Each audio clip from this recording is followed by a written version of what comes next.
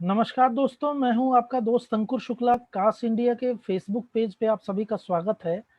हमारे साथ इस समय दो विशेषज्ञ हैं और ये दोनों विशेषज्ञ उस संस्थान के हैं जहां से सारी आशाएं खत्म हो जाती है तो मरीज उस संस्थान की ओर अपना रुख करता है।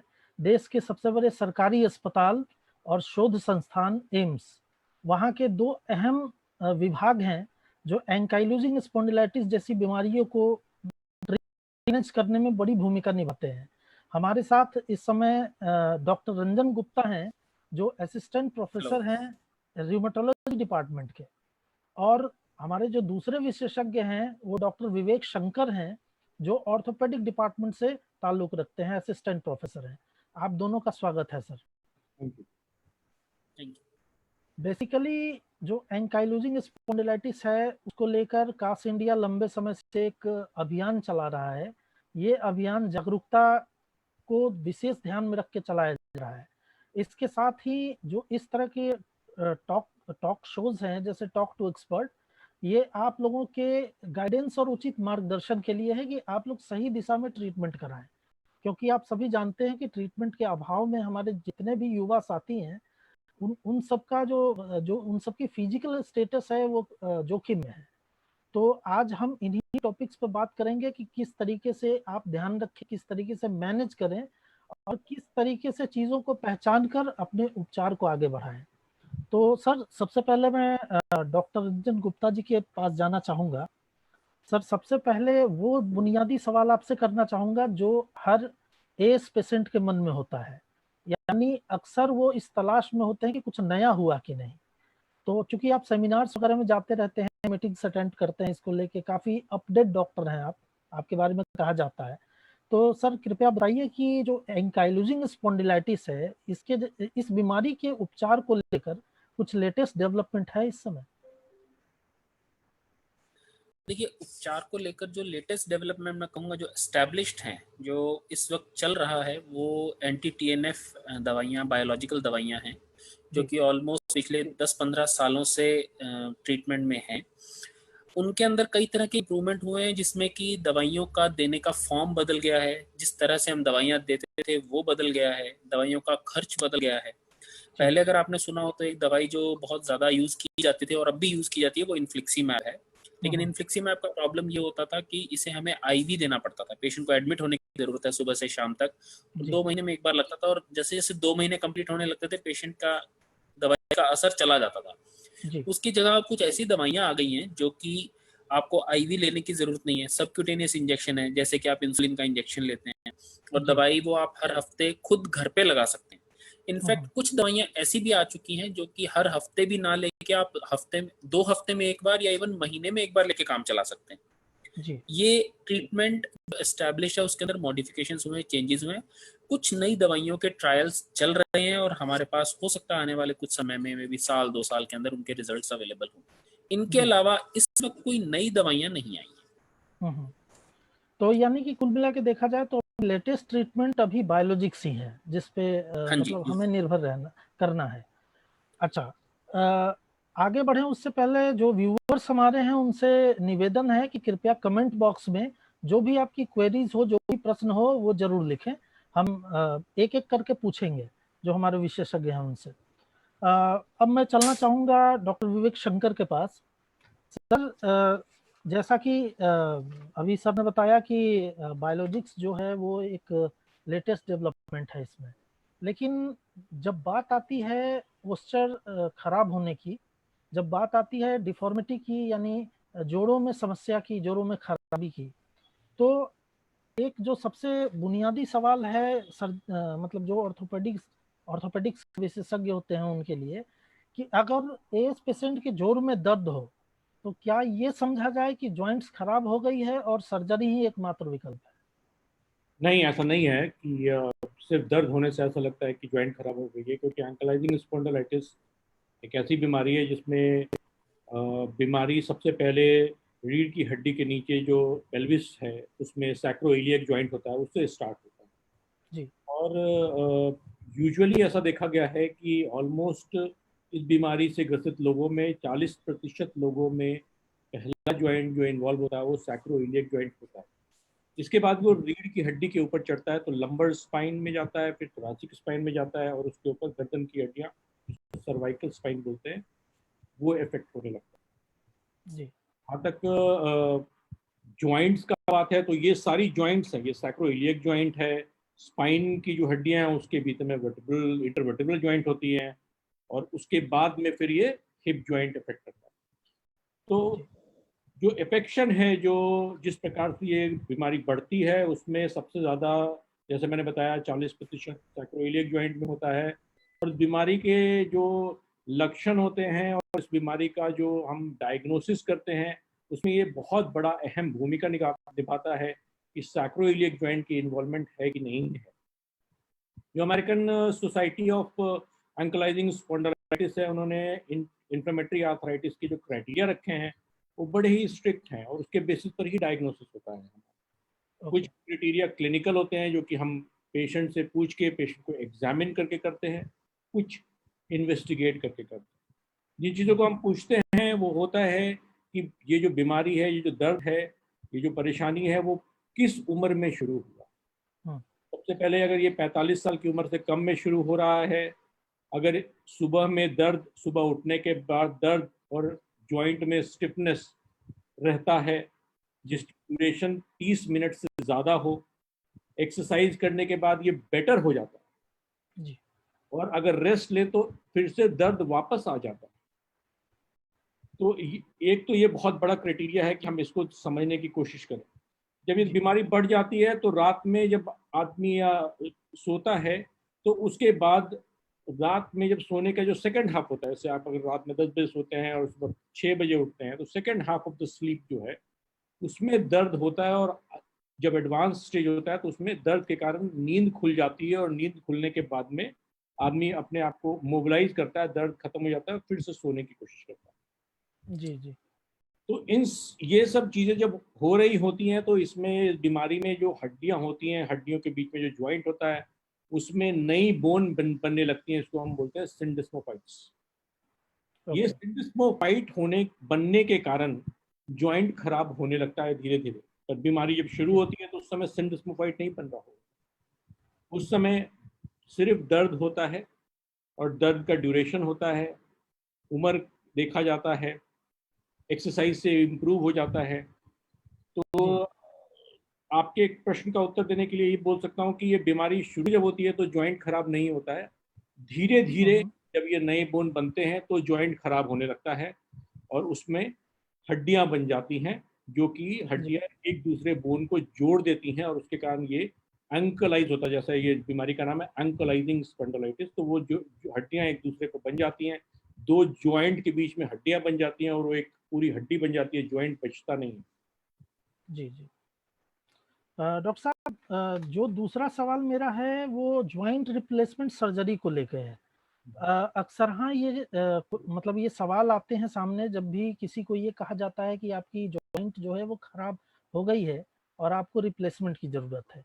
तो इसमें किस तरह के जोखिम हैं, मतलब किस तरह की इसमें जोखिम हो सकती है, खतरे क्या हैं, और जॉइंट रिप्लेसमेंट सर्जरी के बाद मरीज की लिमिटेशंस क्या हो जाती है, मतलब पोस्ट सर्जरी उनकी लिमिटेशंस क्या होगी? जॉइंट रिप्लेसमेंट सर्जरी, जो जॉइंट रिप्लेसमेंट सर्जरी होता है, इस बीमारी में जो सबसे ज़्यादा इफेक्ट होता है, स्पाइन के बाद जो सबसे ज़्यादा इफेक्ट होता है वो हिप जॉइंट होता है। जी जी उसके बाद नी जॉइंट इफेक्ट होता है, शोल्डर जॉइंट इफेक्ट होता है, जी एल्बो जॉइंट इफेक्ट होता है, और फिर पेरिफेरी छोटे जॉइंट जो होते हैं, जैसे हाथ की हड्डियां हुई या जी पैर की छोटी हड्डियां हुई, वो इफेक्ट होता है। सर्जरी यूजुअली हिप और नी जॉइंट सर्जरी सबसे ज़्यादा होती है, क्योंकि उसमें मोबिलिटी रिस्ट्रिक्टेड हो जाता है, हड्डियां जुड़ जाती हैं, हड्डियां जाम हो जाती हैं एक दूसरे से, और वो चलना मुश्किल हो जाता है। उसके जी कारण पॉस्चर खराब हो जाता है, उसके कारण जब पॉस्चर खराब होता है और हड्डियां जुड़ जाती हैं तो मसल फटीक हो जाता है, आदमी अपना काम नहीं कर पाता। जी और और और जब सर्जरी करना ज़रूरी तब हो जाता है जब हम मोबिलिटी रिस्ट्रिक्ट हो जाए, अपना आदमी काम नहीं कर पाता। यूजुअली ये यंग पॉपुलेशन में देखा जाता है, क्योंकि जी ये लेस देन 45 ईयर्स में ज़्यादा पाया जाता है, मेल पॉपुलेशन में ज़्यादा पाया जाता है as compared to female population. और हम्म, हिप रिप्लेसमेंट और नी रिप्लेसमेंट सर्जरी होती है। हिप जी knee replacement surgery it's like a life saving surgery. Why I say life saving? Because ये यही उम्र होता है जिसमें आदमी अपना काम करता है, अपने आप को स्टैब्लिश करता है, अपने व्यवसाय को बढ़ाता है जी और परिवार का ध्यान रखता है। पर इस समय अगर ये ऐसी बीमारी हो जाए जिसके कारण वो अपना काम नहीं कर पाए, तो उसकी जिंदगी व्यर्थ उसको लगने लगती है। और इसीलिए दो is a lifestyle surgery, but in this condition becomes a life saving surgery. जी जी ऑपरेशन के बाद ऑपरेशन करना थोड़ा मुश्किल होता है इसमें, क्योंकि इसमें डिफॉर्मिटी होती है। जब हिप रिप्लेसमेंट करते हैं तो स्पाइन में भी डिफॉर्मिटी हुई होती है, तो उस समय उसको मैनेज करना पड़ता है कि पहले हिप करें या पहले स्पाइन को ठीक करें, क्योंकि स्पाइन में काइफोसिस हो जाता है, जी जिसको जी रीढ़ की हड्डी का झुकना बोलते हैं, आगे की तरफ झुक जाता है। जी सर्जरी के समय ब्लड लॉस ज़्यादा हो सकता है इस सर्जरी में, तो उस समय खून का बहाव ज़्यादा हो सकता है। इसके लिए हम सर्जरी के समय में खून का इंतज़ाम करके रखते हैं। सर्जरी के बाद जो कॉम्प्लिकेशंस हो सकते हैं वो हेटरोट्रोपिक ऑसिफिकेशन, जो अलग से हड्डियां सर्जरी के बाद भी बनती हैं, वो एक मेजर कॉम्प्लिकेशन है इस सर्जरी का। और इसके लिए कुछ दवाइयाँ होती है जो प्री ऑप सर्जरी के 3 सप्ताह पहले और चलाया जा सकता है, जिसका नाम है इंडोमेथासिन। आई थिंक रंजन ज़्यादा बता सकते हैं उसके बारे में, बट प्री ऑपरेटिवली इंडोमेथासिन चलाने से ऐसा देखा गया है कि हेटरोट्रोपिक ऑसिफिकेशन जो one of the major complication है इस सर्जरी का, वो कम होता है।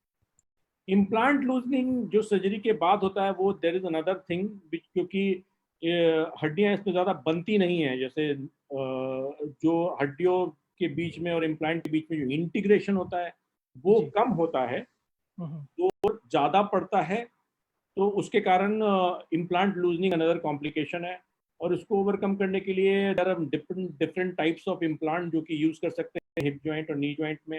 हिप जॉइंट में बेसिकली एंकलाइजिंग स्पॉन्डिलाइटिस में सीमेंटेड इम्प्लांट ज़्यादा सक्सेसफुल होता है, ये देखा गया है। अनसीमेंटेड ज़्यादा सक्सेसफुल होता देखा गया है, जैसा कि सीमेंटेड में हम सीमेंट डाल करके उसको पिक करते हैं और अनसीमेंटेड में अनसीमेंटेड डाल करके पिक करते हैं, तो सीमेंटेड इम्प्लांट ज़्यादा सक्सेसफुल होता है, ऐसा देखा गया। और implant losing another problem.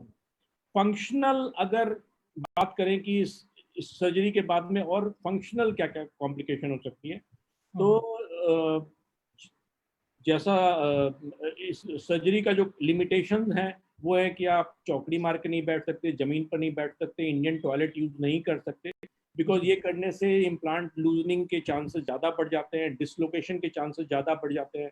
एंक्लाइजिंग spondylitis में क्योंकि हड्डियां जुड़ी होती है, तो मसल का डिसयूज एट्रोफी हो रखा होता है, तो मसल की पावर कम होती है, उसके कारण भी डिसलोकेशन, क्योंकि मसल उसको अपनी जगह पर ठीक से खींच के रख नहीं पाता in different flight and flight position, तो उस समय वो इम्प्लांट डिसलोकेशन के चांसेस होते हैं।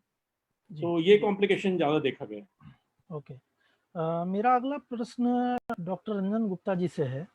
सर, एएस की डायग्नोसिस जो होती है उसके बाद वो कौन से फेज होते हैं जहां पर आके मतलब पोस्चर बेंड न हो, इस तौर पे ध्यान रखना चाहिए? तो आपका सवाल अगर मैं ठीक से समझाऊं तो आप ये कहना चाहते हैं कि पोस्चर बेंड नहीं में इसके लिए हम क्या कर सकते हैं? जी जी। तो देखिए, पोस्चर बेंड होना इस बीमारी का एक अंदर एक निहित एक हिस्सा है, और वो इस कारण से होता है क्योंकि जैसा कि सर ने बताया, डॉक्टर विवेक ने बताया कि बीमारी आपके नीचे के जोड़ों से जो पेल्विस के जोड़ों से वहां से शुरू होती है और फिर धीरे धीरे स्पाइन में ऊपर की तरफ बढ़ती है। तो इसी कारण से जो इसके सिम्टम्स भी अगर आप देखेंगे तो उसी तरीके से आते हैं। जैसे कि अगर आप देखेंगे शुरू में लोगों को सिर्फ लो बैक एक होता है, नीचे की कमर में दर्द होता है, धीरे धीरे वो दर्द ऊपर की तरफ बढ़ता है, अकड़न से प्रॉब्लम बढ़ती है आगे। और इसी तरह से स्पाइन में डैमेज भी होता है। सबसे पहले जो सैक्रोइलियाक जॉइंट्स हैं वो फ्यूज हो जाते हैं, इसलिए आपके नीचे झुकने की क्षमता कम हो जाती है, और जैसे जैसे बीमारी ऊपर की तरफ बढ़ती है स्पाइन आपस में फ्यूज हो जाता है, और उसकी वजह से स्पाइन मुड़ने में प्रॉब्लम आती है, और इनफैक्ट स्पाइन इतना मुड़ जाता है अल्टीमेटली लिगामेंट्स के कैल्सिफाई होने से कि आप उसको सीधा कर ही नहीं पाते। अब इसे कम करने के क्या तरीके हैं? तो कम करने के जो भी तरीके हैं उनका टारगेट एक ही होना चाहिए कि हम बीमारी की एक्टिविटी को कम करें। एक्टिविटी कम करने के दो तरीके हैं, या तो आप फिजियोथेरेपी या एक्सरसाइज से करें, और या आप दवाइयां लें। तो सबसे पहले हम फिजियोथेरेपी की तरफ जाते हैं। तो फिजियोथेरेपी हमें इस तरह की एक्सरसाइज करनी है जिसमें कि आप स्पाइन को खुद एक्टिव एक्सरसाइज करके सीधा करने की कोशिश करेंगे। जैसे कि अगर आप देखें योगासनों में एक मत्स्यासन होता है जिसमें कि इंसान लेट के आगे की तरफ से सिर, जिससे कि आपका पोस्चर नौकाकार हो जाए। तो आपने स्पाइन जो आगे की तरफ झुकना है उसे पीछे की तरफ खोलने की कोशिश की है। ये आसन और इस तरह के और आसन जैसे कि सूर्यासन, सूर्य नमस्कार आप बोलते हैं, तो सूर्य नमस्कार भी एक इसी तरह का आसन है जिसमें कि आप पोस्चर ऐसा लेते हैं जिसमें कि आप शरीर को पीछे की तरफ झुकाने की कोशिश कर रहे हैं। ये सब आसन, फिजियोथेरेपी ऐसी चीजें हैं जिसके कारण आप स्पाइन का आगे की तरफ झुकना धीमा कर सकते हैं। पूरी तरह से बंद हो सकता है ना हो पाए, लेकिन आप जो चीज 5 साल 7 साल में एक्सपेक्ट कर रहे हैं वो शायद 10 साल के बाद हो जाके। और इनफैक्ट ये एक इस तरह का गठिया है जिसमें कि एक्सरसाइज का रोल इतना ज्यादा है कि 30 से 40% मरीज सिर्फ थोड़ी बहुत दवा और एक्सरसाइज के जरिए बिल्कुल ठीक रह सकते हैं। उन्हें शायद बायोलॉजिकल्स या महंगी दवाइयों की जरूरत ही ना पड़े। जब ये चीजें काम नहीं करती, जैसा कि 60 से 70% मरीजों में हो सकता है, उस केस में आपको दवाइयां लेनी पड़ती हैं। और दवाइयों में जो दवाइयां ऐसी हैं जो दवाइयां स्पाइन का पीछे की तरफ मुड़ना रोकें, कुछ हद तक वो दवाइयां आज की डेट में सिर्फ बायोलॉजिकल्स ही। पहले ऐसा विश्वास था कि दर्द की दवाइयां, जैसा कि सर ने बताया कि इंडोमेथासिन, इटोरिकॉक्सिब और दूसरी तरह की जो पेन किलर्स हैं, उनका पहले ऐसा माना जाता था कि इनके कारण भी स्पाइन का पीछे आगे की तरफ झुकना कुछ हद तक रुकता है। लेकिन आज की डेट में जो लिटरेचर या एविडेंस हमारे पास में, सबूत हमारे पास में, उसमें ऐसा नहीं देखा जाता है। तो जो लोग दर्द की दवाइयां ले रहे हैं वो ये जाने कि इसकी वजह से दर्द जरूर कम होगा, लेकिन स्पाइन का आगे झुकना नहीं रुकेगा। आप एक्सरसाइज करेंगे, डेफिनेटली कुछ हद तक ये धीमा होगा, और अगर बायोलॉजिकल दवाइयां लेंगे तो उसकी वजह से डेफिनेटली कुछ असर पड़ेगा। ओके सर, एक सवाल लेते हैं। हमारे एक एएस वॉरियर हैं प्रीतम यादव, इनका कहना है मेरे पहचान के 3 एएस मरीज जिनका हिप सर्जरी हुआ, 2 एक्सपायर हो गए, एक लड़की उसकी किडनी फेल हो गई, क्या सर्जरी कराने से जोखिम है? ये डॉक्टर विवेक शंकर जी से पूछना चाहूंगा। देखिए, जैसा बताया कि ये एक लाइफ सेविंग सर्जरी की तरह हम करते हैं। जी हमारे डिपार्टमेंट में हमारे सीनियर प्रोफेसर हैं, वो सर्जरी बहुत अच्छी करते हैं। जी तो जैसा ये इसमें कॉम्प्लिकेशंस होते हैं, और क्योंकि मोबिलिटी प्री ऑपरेटिवली सर्जरी उसका करते हैं जिसका बहुत पेन हो, जी जिसकी मोबिलिटी फ्यूज जॉइंट के कारण खत्म हो गई हो, जो अपना दिनचर्या काम करने की एक्टिविटी, अपना प्रोफेशनल ऑक्यूपेशनल वर्क नहीं कर पा रहा हो, उसको ये ऑप्शन देते हैं कि ठीक है आप सर्जरी करा लीजिए। बट उस स्टेज तक आते आते उसके मसल्स और उसकी मोबिलिटी कम हो जाती है। तो उसके कारण कई बार ऐसा होता है कि आदमी कमजोर हो जाता है और सर्जरी कई बार झेल नहीं पाता है।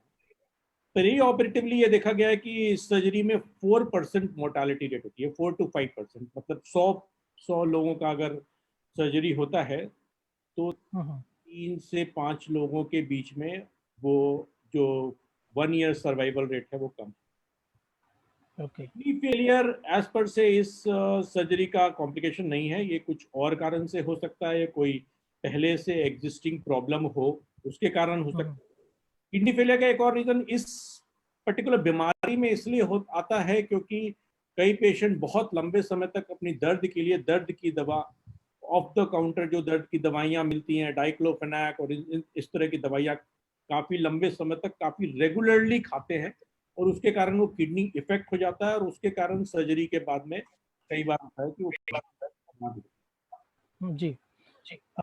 अगला सवाल डॉक्टर गुप्ता से है। सर, जैसा कि आपने बताया कि बायोलॉजिक्स जो है इस समय सबसे लेटेस्ट ट्रीटमेंट का विकल्प है, जिससे काफ़ी अच्छे से मैनेज किया जा सकता है, लेकिन अक्सर हाँ ये देखा जाता है कि बायोलॉजिक्स के इस्तेमाल के दौरान या उसके मतलब लंबे समय तक इस्तेमाल करने के बाद कुछ जो इन्फेक्शनस डिजीज है उसका जोखिम होता है। तो हमारे बहुत सारे ऐसे जो एस वॉरियर्स हैं, उनकी इस तरह की चिंता है। वो चाहते हैं ये जानना कि बायोलॉजिक्स को सेफ कैसे हम यूज करें, और वो कौन कौन से टेस्ट हैं जो प्री बायोलॉजिक्स यूज कराना जरूरी होता है। देखिए, जो बायोलॉजिक्स हम एंकाइलोजिंग स्पॉन्डिलाइटिस में यूज करते हैं, उनका सबका मैकेनिज्म या काम करने का तरीका एक ही है कि शरीर में केमिकल या साइटोकाइन होता है, ट्यूमर निक्रोसिस फैक्टर, उसके इफेक्ट को खत्म करना। इसके अलावा अभी तक कोई ऐसा बायोलॉजिक दवाई नहीं है जो कि हम एंकाइलोजिंग स्पॉन्डिलाइटिस में यूज करते हैं। अब क्योंकि सारे बायोलॉजिक्स दवाइयों का मैकेनिज्म एक ही है, तो उनका साइड इफेक्ट प्रोफाइल भी ऑलमोस्ट एक जैसा है। आप कोई भी बायोलॉजिक दवाई यूज करेंगे, सब में एक ही तरह का इन्फेक्शन का खतरा रहता है। और ट्यूमर निक्रोसिस फैक्टर हमारी बॉडी का एक ऐसा साइटोकाइन है जिसका रोल टीबी से बचाव में बहुत ज्यादा है। तो अगर आप ये समझें कि आपने बायोलॉजिक दवाई दिया और ट्यूमर निक्रोसिस फैक्टर को बॉडी से खत्म कर दिया, तो आप सोच सकते हैं कि जो इन्फेक्शन आपको सबसे ज्यादा होने का खतरा है वो ट्यूबरकुलोसिस है। इसके अलावा इन दवाइयों से और किसी तरह का इन्फेक्शन होने का खतरा बहुत ही कम है, और इसी कारण से मैं मेरा आगे का डिस्कशन सिर्फ टीबी के ऊपर सीमित रखूंगा, क्योंकि बाकी इन्फेक्शंस होने का खतरा जब इतना कम है तो उनके बचाव के लिए, उनके पहले डायग्नोसिस के लिए हम बहुत ज्यादा कुछ ऐसा नहीं करते हैं क्लिनिक्स में भी। तो अगर हम टीबी पे आते हैं, जब आपने डिसाइड कर लिया है कि आप बायोलॉजिक्स लेना चाहते हैं, तो आपको क्या जांचें पहले करवाना है ताकि आप टीबी का डायग्नोसिस करवा सके। तो उसमें जो हम मेन 3 जांचें करते हैं, उनमें एक है चेस्ट एक्सरे, ताकि पता लग जाए कि जो सबसे कॉमन जगह है टीबी होने की छाती में या फेफड़ों में, वो है या नहीं। नंबर 2, हम उसमें एक मैंटू टेस्ट करते हैं, जिसमें कि आपके चमड़ी में एक छोटा सा इंजेक्शन लगाया जाता है और उसकी रीडिंग 48 घंटे के बाद में ली जाती है। और नंबर 3 एक और हम जांच करते हैं जिसे इंटरफेरॉन गामा रिलीज ऐसे बोलते हैं। ये एक ब्लड टेस्ट है जो कि आपको एक ब्लड देना है और उसमें कुछ प्रक्रिया करके पता किया जाता है कि क्या आपके शरीर को पहले टीबी का अनुभव हो चुका है, या अगर मैं सही वर्ड्स में बोलूं तो क्या आपके शरीर में कहीं भी छुपी हुई टीबी है। हम ये जांचें करके ये पता लगाने की कोशिश करते हैं कि आपके शरीर में क्या इस वक्त कहीं भी छुपी हुई टीबी है जिसके कोई बाहर से लक्षण नहीं नजर आ रहे। इसको क्या सर अगर ये तीनों आम जांचें भाषा में नॉर्मल क्या है, इसको टीवी गोल्ड टेस्ट कहते हैं क्या? मतलब नॉर्मली इसको TV gold TB test gold, का। क्वांटिफेरॉन गोल्ड, कई नामों से, हाँ जी, ये कई नामों से आपको मिलेगा, लेकिन जो इसका जेनेरिक नेम है वो इंटरफेरॉन गामा रिलीज ऐसे है, इग्रा के नाम से जाना जाता है, या फिर टीबी गोल्ड या क्वांटिफेरॉन गोल्ड, जैसा कि आपको पता है। अगर ये तीनों टेस्ट नॉर्मल है तो इसका मतलब शरीर में कहीं भी छुपी हुई टीबी नहीं है, आप बायोलॉजिक्स ले सकते हैं, उसमें कोई प्रॉब्लम नहीं है। अब सपोज इनके अंदर अगर चेस्ट एक्सरे में टीबी का कोई लक्षण आएगा, इसका मतलब टीबी का इन्फेक्शन आपको वास्तव में है, जो कि बाहर से लक्षण नहीं है, लेकिन आपको टीबी है। उस केस में हमें और जांचें करानी पड़ेंगी, जैसे कि सीटी स्कैन। अगर चेस्ट एक्सरे नॉर्मल है, इसके अलावा आपको मैंटू या क्वांटिफेरॉन गोल्ड या टीबी गोल्ड पॉजिटिव है, उस केस में हमें एक प्रोफाइलेक्टिक टीबी का कोर्स देना पड़ता है 2 दवाइयों का 4 महीने तक। वो इसलिए कि जहां भी कहीं छुपी हुई टीबी है वो खत्म हो जाए और ये बायोलॉजिक्स दवाइयां आप ले पाए, और उसको करने के बाद में आप ये बायोलॉजिक दवाइयां शुरू कर सकते। जी। अच्छा, इसमें एक रिलेटेड सवाल पूछना चाहूँगा। जैसे मान लीजिए किसी को टीवी गोल्ड टेस्ट किसी का पॉजिटिव आता है, तो क्या ये मान लिया जाए कि वो टीवी से पीड़ित मरीज है, या ये मान लिया जाए कि टीवी से रिलेटेड जो बैक्टीरिया हैं उसके अंदर मौजूद हैं और इम्यूनिटी कम होने का इंतजार कर रहे हैं? मतलब ये थोड़ा कन्फ्यूजियस है पेशेंट्स के लिए, तो थोड़ा सा इसको क्लियर कर दीजिए। देखिए, इग्रा पॉजिटिव यानी कि क्वांटिफेरॉन या टीबी गोल्ड पॉजिटिव का मतलब ये नहीं है कि आपको टीबी हो गई है। इसे हमारी भाषा में या साधारण भाषा में अगर मैं ऐसे बोलूं तो इसे हिडन टीबी बोला जाता है, यानी कि छुपी हुई टीबी शरीर में, जो आपकी बॉडी की इम्यूनिटी स्ट्रांग होने की वजह से बीमारी नहीं बना पा रही जी। तो अगर आपका शरीर और कमजोर हो जाए इम्यूनिटी के मामले में, जैसा कि हम बायोलॉजिक दवाइयां देके होने वाला है, उस केस में पॉसिबल है कि छुपी हुई टीबी निकल के बाहर आ जाए और आपको वास्तव में टीबी हो जाए। ओके। तो इग्रा पॉजिटिव होने का मतलब टीबी नहीं है, इसका मतलब यही है कि छुपी हुई टीबी है और इसे खत्म करना बायोलॉजिक दवाइयों से पहले जरूरी है, नहीं तो ये पूरा टीबी का रूप ले सकती है। ओके। सर एक सवाल लेते हैं, चंद्रमोहन राणा हैं। इनका कहना है कि पास्ट 4 ईयर में आई एम टेकिंग साज, how the side effect can be avoided? देखिए, सल्फासेलाजीन अपने आप में बहुत ही सेफ दवाई है। ये जितनी दवाइयां रूमेटोलॉजी में हम यूज करते हैं उनमें से एक बहुत ही सेफ दवाई है, जिसका कि मेजर कोई भी साइड इफेक्ट नहीं है। अगर मैं साइड इफेक्ट गिनूंगा तो 2 साइड इफेक्ट मैं बताना चाहूंगा, जो कि एक तो होता है इडियोसिंक्रेटिक रिएक्शन जिसको हम बोलते हैं, और वो पहली डोज लेने पे ही पता लग जाता है। दवाई लिया और शरीर में रिएक्शन हो गया, फफोले हो गए, इस तरह से। दूसरा एक इसका प्रॉब्लम लंबे समय तक लेने के बाद ये हो सकता है कि लिवर के ऊपर इसका कुछ असर आ सकता है, जो कि बहुत ही कम लोगों में देखने को मिलता है। तो अगर आप सल्फासेलाजिन 4 साल से ले रहे हैं और आपको और कोई प्रॉब्लम नहीं है, तो मैं ये बताना चाहूँगा कि ऐसा अनलाइकली है कि आपको आने वाले समय में भी ऐसा कुछ प्रॉब्लम होगा, और ये एक सेफ दवाई है, आप निश्चिंत होके ले सकते हैं। ओके। साइड इफेक्ट सर अगला अवॉइड करने के लिए मैं एक चीज़ जो बताना चाहूँगा कि अगर आप कोई अल्कोहल लेता है तो आप उसे अवॉइड करिए, क्योंकि वो भी लिवर पे असर डालता है, सल्फासेलाजिन भी लिवर पे असर डालता है, तो वो एक चीज़ आप अवॉइड कर सकते हैं। ओके। सर डॉक्टर विवेक शंकर जी से मेरा अगला सवाल है। सर ये जो काइफोसिस की समस्या होती है और उसके साथ जो बेंड स्पाइन है, झुकी हुई स्पाइन है फॉरवर्ड, क्या सर्जरी करके वैसे मरीजों का पोस्चर ठीक किया जा सकता है? कितना जोखिम है और सर्जरी के बाद किस तरह की सावधानियां बरती जानी चाहिए? तो काइफोसिस यूजुअली एंकलाइजिंग स्पॉन्डिलाइटिस का हॉलमार्क माना जाता है इन लॉन्ग स्टैंडिंग एंकलाइजिंग स्पॉन्डिलाइटिस। हर आदमी जिसका एडवांस डिजीज है स्पॉन्डिलाइटिस का, उसको सम डिग्री ऑफ काइफोसिस होता है। जी। आगे बहुत ज़्यादा झुक जाने पे, जब हम 20 to 30 डिग्री से ज़्यादा काइफोसिस हो जाता है, जी। तो उस कंडीशन में सर्जरी एडवाइजेबल होता है। उसका रीज़न ये है कि उसके कारण बॉडी का बैलेंस खराब हो जाता है। दूसरा, मसल फटीक हो जाता है। बॉडी के बैलेंस को बनाने के लिए, उसको बैलेंस को बना के चलने के लिए मसल्स को ज़्यादा काम करना पड़ता है, उसके कारण मसल फटीक हो जाता है और आदमी ठीक से काम नहीं करता। ओके। और तीसरा रीज़न ये है कि वो आगे को झुक जाता है, तो उसको हमेशा गर्दन को अपना उठा के देखने की कोशिश करनी पड़ती है। और कई हमारे डिपार्टमेंट में ऐसी सर्जरी हुई है जहाँ पे वो कई सालों तक ऊपर देख ही नहीं पाता। ओके। इस सर्जरी में अगेन रिस्क फैक्टर हैं इस सर्जरी के, क्योंकि इस सर्जरी में हम क्लोजिंग वेज ऑस्टोटमी करते हैं। स्पाइन के पीछे जो स्पाइन का जो वर्टिब्रा होता है उसको काट करके उसको सीधी करने की कोशिश करते हैं, और उसके बाद उसको फिक्स करते हैं, उसको फ्यूजन करते हैं और उसमें पोस्टीरियर इंस्ट्रूमेंटेशन करके फिक्स करते हैं। इसमें कुछ खतरे होते हैं। इसमें सबसे बड़ा खतरा होता है अगेन ब्लड लॉस ज़्यादा हो सकता है। जब हम आगे खोलने की कोशिश करते हैं, आगे जो खून की बहाव की जो नसें होती हैं उसमें भी कैल्सिफिकेशन हो जाता है, और उसमें ड्यूरिंग द सर्जरी इंट्राऑपरेटिवली वो उसमें इंजरी हो सकता है। वो एक जानलेवा खतरा हो सकता है।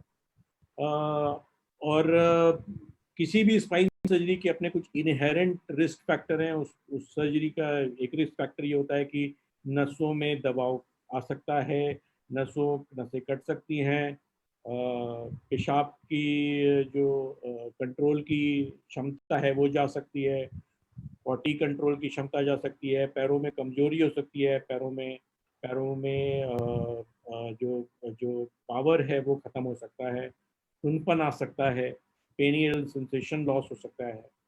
तो ये इन सारी स्पाइन सर्जरी की एक इनहेरेंट रिस्क फैक्टर है, वो इसमें भी होती हैं। लेकिन अगर ध्यान से सर्जरी की जाए तो ये रिस्क फैक्टर यूजुअली एंकलाइजिंग स्पॉन्डिलाइटिस के पेशेंट में ऑलमोस्ट 1 to 3% होती है। मतलब 100 में से 1 से 3 लोगों में ये परेशानी, कोई ना कोई इसमें परेशानी आने की दिक्कत। जी।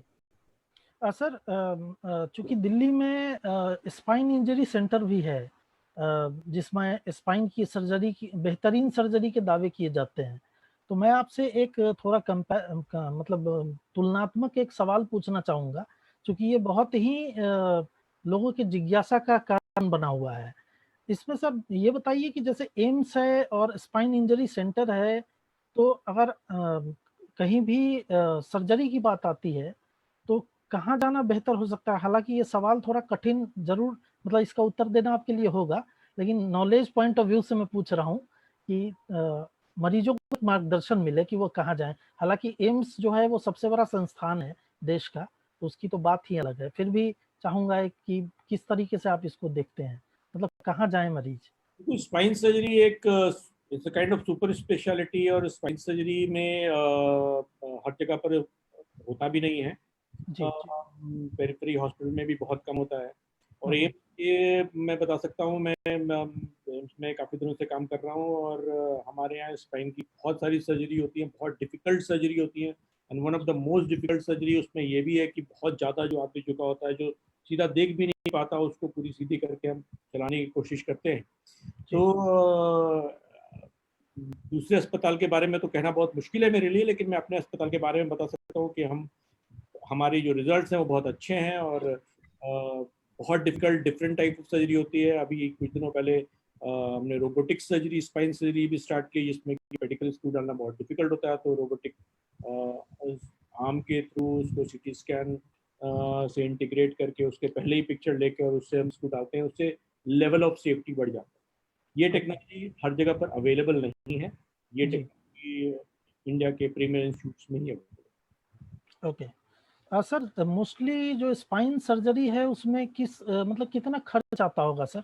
जैसे मतलब medium range of severe patient है जिसको किफोसिस भी है या फिर थोड़ा वो स्पाइन झुका हुआ है, अगर वैसा मरीज अगर चाहे कि वो सर्जरी कराए तो एम्स जैसे संस्थान में कितना खर्च आएगा उसे? एम्स जैसे संस्थान में खर्च सिर्फ जो इम्प्लांट होता है वो सरकार हमें प्रोवाइड नहीं करती है, तो जो भी इम्प्लांट होता है सिर्फ उसी का खर्च आता है। अदरवाइज इलाज का, सर्जरी का बहुत मिनिमल खर्च होता है। जनरल वार्ड में पेशेंट्स को 375 रुपये में 10 दिन का इलाज, रहना, खाना, ओटी चार्जेस, सब कुछ, सारे इन्वेस्टिगेशन, सब कुछ, दवाइयाँ, सब कुछ एम्स के थ्रू ही प्रोवाइड की जाती है। जो इम्प्लांट होता है वो सरकार प्रोवाइड नहीं करती है, तो इम्प्लांट का खर्चा पेशेंट को खुद ही सहन करना पड़ता है, उसे खुद ही प्रोवाइड करना पड़ता है। और इस सवाल का उत्तर करना इसलिए भी डिफिकल्ट है क्योंकि वो डिपेंड करता है कितने लेवल का सर्जरी करना है। कई बार पूरे ऊपर से नीचे तक करना पड़ता है, थोरासिक स्पाइन से लेके लंबर स्पाइन तक, तो उसमें ज़्यादा स्क्रू लगते हैं, ज़्यादा रॉड लगते हैं, तो उसका खर्च ज़्यादा होता है। कई बार में छोटा सेगमेंट करना पड़ता है जहाँ पर एक सेगमेंट में हम या 2 सेगमेंट में फ्यूजन करते हैं, कम खर्च आता है, पर वो खर्च सिर्फ इम्प्लांट। अच्छा सर, ये आयुष्मान भारत जैसी योजनाओं में क्या स्पाइन सर्जरी शामिल है? अगर कोई मरीज उसके तहत आता हो यानी लाभार्थी हो, तो क्या उसमें वो मतलब उसके लाभ को लेते हुए उसकी सर्जरी एम्स में हो सकती है? आयुष्मान भारत के तहत एम्स में काफ़ी सर्जरियाँ होती हैं और काफ़ी गरीब पेशेंट जो आयुष्मान भारत से किससे लाभ उठाते हैं वो उनकी सर्जरी एम्स में। जैसे हिप जॉइंट सर्जरी है, स्पाइन सर्जरी है, इस तरह की सर्जरियाँ क्या आयुष्मान भारत के तहत है? बिल्कुल होती है। जी सर, डॉक्टर रंजन गुप्ता से मेरा सवाल होगा अगला कि सर, मोस्टली देखा जाए तो युवा जो है वो एंकाइलोजिंग स्पॉन्डिलाइटिस से पीड़ित होते हैं। ज़्यादातर पुरुषों की संख्या होती है, महिलाओं की संख्या कम होती है। इसके उपचार को लेके एक सबसे बड़ी दुविधा की स्थिति ये होती है कि इसमें मतलब मल्टी स्पेशलिस्ट की ज़रूरत होती है, जैसे फिजियोथेरेपिस्ट हैं, जैसे इसमें आँखों से भी संबंधित परेशानियाँ होती हैं, इसमें आंतों में सूजन आने की परेशानी होती है, मतलब रिलेटेड चीज़ें। तो सर, एम्स जैसे संस्थान, मतलब जो र्यूमेटोलॉजी डिपार्टमेंट है, उसमें किस तरह की व्यवस्था है कि इस तरह मतलब एंकाइलोजिंग जैसे बीमारी से पीड़ित मरीजों को उपचार मतलब कैसे दिया जाता है? किस तरह की व्यवस्था है? मतलब लेटेस्ट क्या यहाँ है आपके यहाँ? एम्स में रूमेटोलॉजी डिपार्टमेंट, जैसा आपको पता होगा, 2015 से ही एस्टेब्लिश हुआ है और अभी हम लोग चीज़ें एस्टेब्लिश कर रहे हैं धीरे धीरे। जी। तो हमारे पास इस वक्त पेशेंट्स के लिए 2-3 फैसिलिटीज़ जो अवेलेबल हैं वो है, एक तो डे केयर सेंटर जिसमें कि हम पेशेंट्स को इन्फ्यूजन दे सकते हैं, जो कि जैसा कि डॉक्टर विवेक शंकर ने बताया कि इन्फ्यूजन का खर्चा अदरवाइज जो दवाइयों का खर्चा उससे बहुत ही मिनिमल है। पर एडमिशन सिर्फ 60 रुपए लगते हैं, जिसमें कि पेशेंट को एडमिट होना है और शाम तक इन्फ्यूजन लेके घर जाना है। इसके अलावा जो जांचें अवेलेबल हैं एम्स के अंदर, ऑलमोस्ट सब जांचें हमारे यहाँ हो जाती हैं, सिवाय 1-2 जांचों के जो कि कम्प्लीटली फ्री ऑफ कॉस्ट है। अदरवाइज अगर आप बाहर देखेंगे तो जांचों के पैसे भी, उन जांचों का खर्चा भी काफ़ी ज़्यादा है। जी। और तीसरी चीज़ जो अभी रिसेंटली हमारे डिपार्टमेंट में शुरू हुई है कि हमारे पास डेडिकेटेड फिजियोथेरेपिस्ट हैं डिपार्टमेंट के अंदर। तो इसलिए अगर कोई भी पेशेंट हमारे यहाँ जो भी एंकाइलोजिंग स्पॉन्डिलाइटिस या अदरवाइज भी किसी आर्थराइटिस का आता है, तो हम उनको डेडिकेटेड टारगेटेड फिजियोथेरेपी बता पा रहे हैं। तो ये सब अभी कुछ नए डेवलपमेंट हैं और अभी मुझे लग रहा है कि डिपार्टमेंट डेवलप हो रहा है, तो बहुत रिसेंटली आने वाले समय में डिपार्टमेंट और भी कई चीजें फैसिलिटीज पेशेंट्स को प्रोवाइड करेगा। ओके सर, एक सवाल लेते हैं सर, डॉक्टर रंजन गुप्ता के लिए ही है कि एक हमारे हैं अविनाश झा जो एंकाइलोजिंग से पीड़ित हैं। इनका सवाल है कि पेन बहुत होता है, सबसे अच्छा बायोलॉजिकल कौन सा है, या फिर पूरी लाइफ मेडिसिन खाना ही ठीक होगा? तो देखिए, इसमें 2-3 चीजें जो हमें हर पेशेंट को समझने की जरूरत है कि पेन का मतलब बीमारी नहीं है। पेन जी 2 कारण से हो सकता है कि एक तो आपकी बीमारी जस्ट शुरू हुई है, जोड़ों में सिर्फ सूजन है, जोड़ खराब नहीं है। जी उस केस में सारा इलाज ज्यादातर जो डोमेन है वो रूमेटोलॉजिस्ट का होगा, या ओके जो भी ट्रीटिंग फिजिशियन है जो कि दर्द की दवाइयाँ या बायोलॉजिकल्स देके उस सूजन को खत्म कर देगा और दर्द काफी हद तक खत्म हो जाएगा।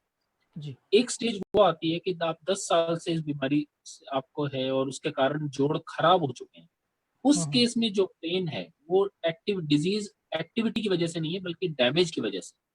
उस ओके केस में डोमेन सारा का सारा डॉक्टर विवेक शंकर की तरफ शिफ्ट होता है, जिसमें कि हमें जोड़ को शायद रिप्लेस करवाने की जरूरत पड़ेगी। तो पेन किस कारण से है, पहले हमें ये देखना है। अगर एक्टिविटी है तो ट्रीटमेंट दवाइयों से भी हो सकता है, अगर जी डैमेज है तो हो सकता है हमें उसे जॉइंट रिप्लेस कराने की जरूरत भी पड़े। ओके दूसरा चीज जो मैटर करेगी वो है पेशेंट की एज। अगर पेशेंट जल्दी अपने 20 साल या 30 साल की उम्र में है और बीमारी रिसेंटली शुरू हुई है, तो हो सकता है हम डैमेज का दर्द भी हम सिर्फ दवाइयों से कंट्रोल करना चाहें, ताकि पेशेंट की जो उम्र बढ़ने की, हड्डियां बढ़ने की उम्र है, वो सर्जरी उसके बाद में की जाए। और यही चीज अगर पेशेंट का डैमेज 40-50 साल की उम्र में जाके आता है, जब हड्डियां बढ़ने की उम्र जा चुकी है, उस हम्म केस में हमें डैमेज के दर्द के लिए भी जल्दी सर्जरी करवानी की जरूरत पड़ सकती हम्म ठीक है सर, डॉक्टर विवेक शंकर सर से अगला सवाल है। सर जैसे मान लीजिए किसी मरीज की सर्जरी हुई हो, सपोज उसकी हिप जॉइंट की सर्जरी हुई हो, एंड उसके बॉडी में दूसरे पार्ट्स में पेन हो, स्टिल पेन हो एंकाइलोजिंग की वजह से, तो क्या ऐसे पेशेंट्स को फिजियोथेरेपी करानी चाहिए? बिल्कुल करानी चाहिए, क्योंकि पेन, जैसा डॉक्टर रंजन ने बताया कि जो 2 कारणों से पेन होता है। जी एक कारण है कि ज्वाइंट अभी खराब हुआ नहीं है लेकिन डिजीज एक्टिविटी है, उसके कारण जी पेन हो रहा है। तो जब हम ज्वाइंट रिप्लेसमेंट कर देते हैं तो उस ज्वाइंट में तो पेन होता नहीं है, बिकॉज उस ज्वाइंट का जो हम जो जो ज्वाइंट के अंदर जो नर्व एंडिंग है वो तो हट गई है। अब तो ये हम्म, मैकेनिकल ज्वाइंट है, तो वहां जी पर दर्द नहीं होता। दूसरे जगह पर जो दर्द हो रहा है वो डिजीज एक्टिविटी के कारण हो रहा है। तो डिजीज एक्टिविटी को कम करने के लिए हम अपने पेशेंट को रोमेटोलॉजिस्ट के पास भेजते हैं, और हम्म, वो उसके ट्रीटमेंट को आगे बढ़ाते हैं ताकि वो दर्द कम रहे, डिजीज एक्टिविटी कम हो जाए, ताकि ज्वाइंट में दर्द भी कम हो और ज्वाइंट आगे को खराब भी नहीं। ओके। सर एक सवाल और करूंगा इससे रिलेटेड। दरअसल जो एएस पेशेंट है जिनका पोस्चर फॉरवर्ड बेंड है, उनके सामने अगर उनको ये कह दिया जाए कि आप अपनी एमआरआई या सीटी स्कैन कराओ, तो सबसे बड़ी समस्या होती है इस जांच को कराना, क्योंकि वो सीधे नहीं लेट पाते। उनका पूरा जो ये हिस्सा होता है ये बिल्कुल ऊपर की ओर होता है। तो क्या कोई ऐसी तकनीक है जिसमें बहुत आराम से उनकी सीटी स्कैन या एमआरआई कर ली जाए? क्योंकि अक्सर हाँ ये चीज़ देखा जाता है कि जब भी वो इसके लिए जाते हैं, उन्हें बहुत फेस करना पड़ता है उस समय। तो आप क्या कहना चाहेंगे? बिल्कुल आप ठीक बोल रहे हैं, बिकॉज सीटी स्कैन करना, बिकॉज स्पाइन में खास करके एक्सरे से जो स्पाइन में एक तरह का फ्रैक्चर हो जाता है, स्ट्रेस फ्रैक्चर हो जाता है स्पाइन में, जी एंकलाइज स्पॉन्डिलाइटिस, जिसको एंडरसन लीजन बोलते हैं। एंडरसन 1937 में इस लीजन को एक्सप्लेन किया था, और वो that is true till now. तो उस कंडीशन में स्पाइन की सीटी स्कैन और एमआरआई कराना ज़रूरी होता है। जी अगेन डायग्नोसिस के लिए, इनिशियल डायग्नोसिस के लिए, कई बार जब बीमारियां शुरू हो रही होती हैं और सैक्रोइलियाइटिस होता है, उस समय एमआरआई कराना ज़रूरी होता है, और उस समय तो उतना दिक्कत नहीं होता है। लेकिन जी एडवांस डिजीज में जब ऐसी हड्डी पूरी जुड़ी होती हैं और आगे को झुका होता है, गर्दन की मोबिलिटी नहीं होती है ऊपर की, उस कंडीशन में एक्सरे तो ठीक है, पर एमआरआई में ज़्यादा देर रुकना पड़ता है या सीटी स्कैन में ज़्यादा देर तक लेटना पड़ता है। उस कंडीशन में कराना मुश्किल होता है। बट कई बार होता है कि हम लेटरल पोजीशन पर पेशेंट को बोल देते हैं एमआरआई कराने के लिए और बी असेसेड, और कई सेंटर पर ओपन एमआरआई होती है जहाँ पे लेटना ज़्यादा इजी होता है विद कुशंस कम होता है, तो उस सेक्टर्स पे वहाँ एमआरआई होती है। जी सर एक सवाल लेता हूँ। मोहित मोहित नगारिया जी हैं। पूछना है, मेरी स्पाइन बैम्बू स्पाइन हो गई है, बिल्कुल सीधी हो गई है, मैं अब क्या करूं? डॉक्टर विवेक शंकर जी। बैम्बू स्पाइन इसका एडवांस डिजीज का एक कंडीशन है जिसमें जो स्पाइन की इंटरवर्टिब्रल डिस्क होती है वो कैल्सिफाइड हो जाती है, उसके चारों ओर में जो हड्डियां सिंडोस्मोफाइट एक दूसरे से जुड़ जाती हैं और एक तरह का बैम्बू स्ट्रक्चर नजर आने लगता है। और जी। इस कंडीशन में बहुत एहतियात बरतना पड़ता है क्योंकि स्पाइन जुड़ चुकी है, तो अगर कोई ट्रॉमा हो जाए तो हड्डी जो इंटरवर्टिब्रल डिस्क है उसके बीच में जो हड्डी पतली हड्डी जुड़ी हुई है वो टूटने का डर रहता है और उसके कारण से स्पाइनल कॉर्ड को इंजरी हो सकता है अगर ज़्यादा ट्रॉमा हो। तो एक जी। चीज़ का ध्यान रखें कि अपने आप को एहतियात बरत के चलें। दूसरा, जो ज्वाइंट अभी जुड़ा नहीं है उसको मोबाइल करके रखना है, उसमें फिजियोथेरेपी करना बहुत ज़रूरी होता है। One of the most vital part, सबसे ज़्यादा ज़रूरी चीज़ है कि अपने उस ज्वाइंट को इतनी मोबिलिटी करके रखें ताकि उसमें हड्डियां नहीं बने। और जब बैम्बू स्पाइन हो जाता है, अगर वो सीधी है तो उस कंडीशन में हम उसकी मोबिलिटी के उसके पोस्चर को देखते हैं और उस पोस्चर के बेसिस पर उसके ट्रीटमेंट को डिवाइस करते हैं। बिल्कुल सीधी हो गई है, लार्डोसिस ज़्यादा हो गया है या काइफोसिस हो गया है तो उस समय सर्जरी की ज़रूरत होती है। उसमें गेट ट्रेनिंग दे सकते हैं हम कि उसको कैसे मेंटेन करें हम गेट ट्रेनिंग के थ्रू कि वो ठीक से अपना काम कर पाए। आगे नहीं बढ़े उसके लिए अगेन रोमेटोलॉजिस्ट का बहुत जरूरी है। जी। डॉक्टर गुप्ता, अक्सर ये देखा जाता है कि एज को लेके बहुत कंफ्यूजन की स्थिति होती है।